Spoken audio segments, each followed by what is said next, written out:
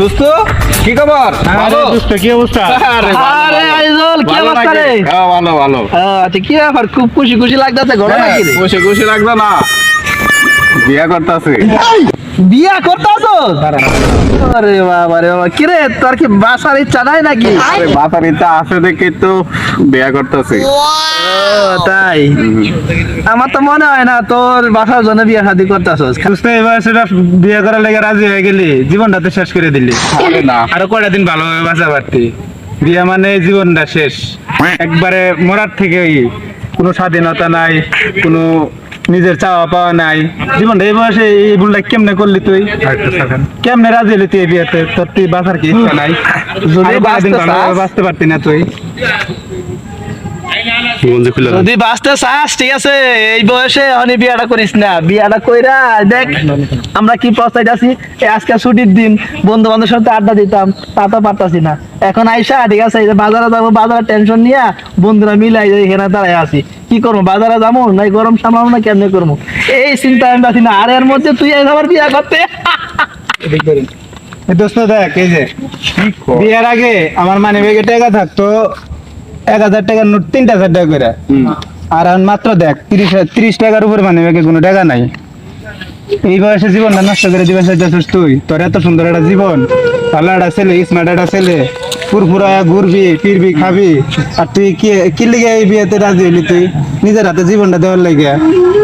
ঠিক কথা। দেখ তুই আমার বন্ধু মানুষ, হ্যাঁ। আমরা চাই না তুই বিপদে পড়। বিপদে পড়ছি না আমরাই পড়ছি। হ্যাঁ। এখন তুই নতুন করে বিপদে পড়ে, এটা আমরা চাই না। এই জন্য আমরা তোর পরামর্শ যেহেতু চাইছো, আমরা পরামর্শ দিলাম। এখন পরামর্শ নেওয়া না নেওয়া এটা যে তোর ইচ্ছা। এখন দেখ আমরা বন্ধু মানুষ, তোর তোর ভালোই চাই, ঠিক আছে? দেখ দোস্ত, সকালবেলা কালকে অফিস বন্ধ পাইছি, নিয়ত ছিল একটু বাজারে বুজারে যাবো, একটু ঘুরতে ঘাটতে যাবো, মনটা ভালো হইব। দেখ সকালবেলা বাজারে লিস্ট ধরাই দিছে, বাজার করতে 3 ঘন্টা চলে গেছে।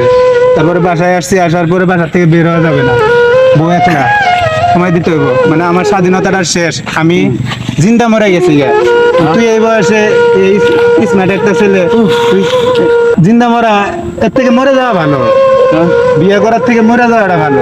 দোস্ত কি কও? বিয়া কি কি লিগে করতেছ তুই না? এই বিয়েতে রাজি হইলি? এই যে এই বয়সে তুই জীবনটা একটা কথা শুনাস নাই হ্যাঁ। যে তুই জিজ্ঞাস করে যে তুমি কি বিবাহিত না জীবিত, বুঝো নাই? এটা কি লাগিয়া কয়, মানে বিবাহ করা মানেই মরে যাওয়ার সমান। আচ্ছা দেখ, এখন আমরা আমাদের বাস্তব অভিজ্ঞতা থেকে ঠিক আছে, আমরা তোর পরামর্শটুকু দিলাম, যেহেতু পরামর্শ চাইছো। এখন তোর ঠিক আছে, পরামর্শ নেওয়া না নেওয়া এখন তোর ব্যক্তিগত মতামত। তুই বাসায় যা, ফ্রেশ কর, ভালো করে বুঝে শুই না, পরে যদি তোর বিয়ে করতে হয় পরে কর, কিন্তু হ্যাঁ অবশ্যই কিন্তু ভালো করে বুঝে শুনে নিবি, ঠিক আছে? কারণ হয়েছে ঠিক আছে, আমরা কিন্তু আমাদের বাস্তব অভিজ্ঞতা থেকে কিন্তু তোর কথাগুলো আমরা কইতাছি, বুঝছস তো বিষয়টা? তুই বাসায় যা, যা বিশ্রাম নে, ঠিক আছে? নিয়ে বুঝে শুনে পরে গেছে। দোস্ত আয় দেখি আমি একটু বাসা যায় বুঝি নাকি? আচ্ছা আচ্ছা দোস্ত, ঠিক আছে।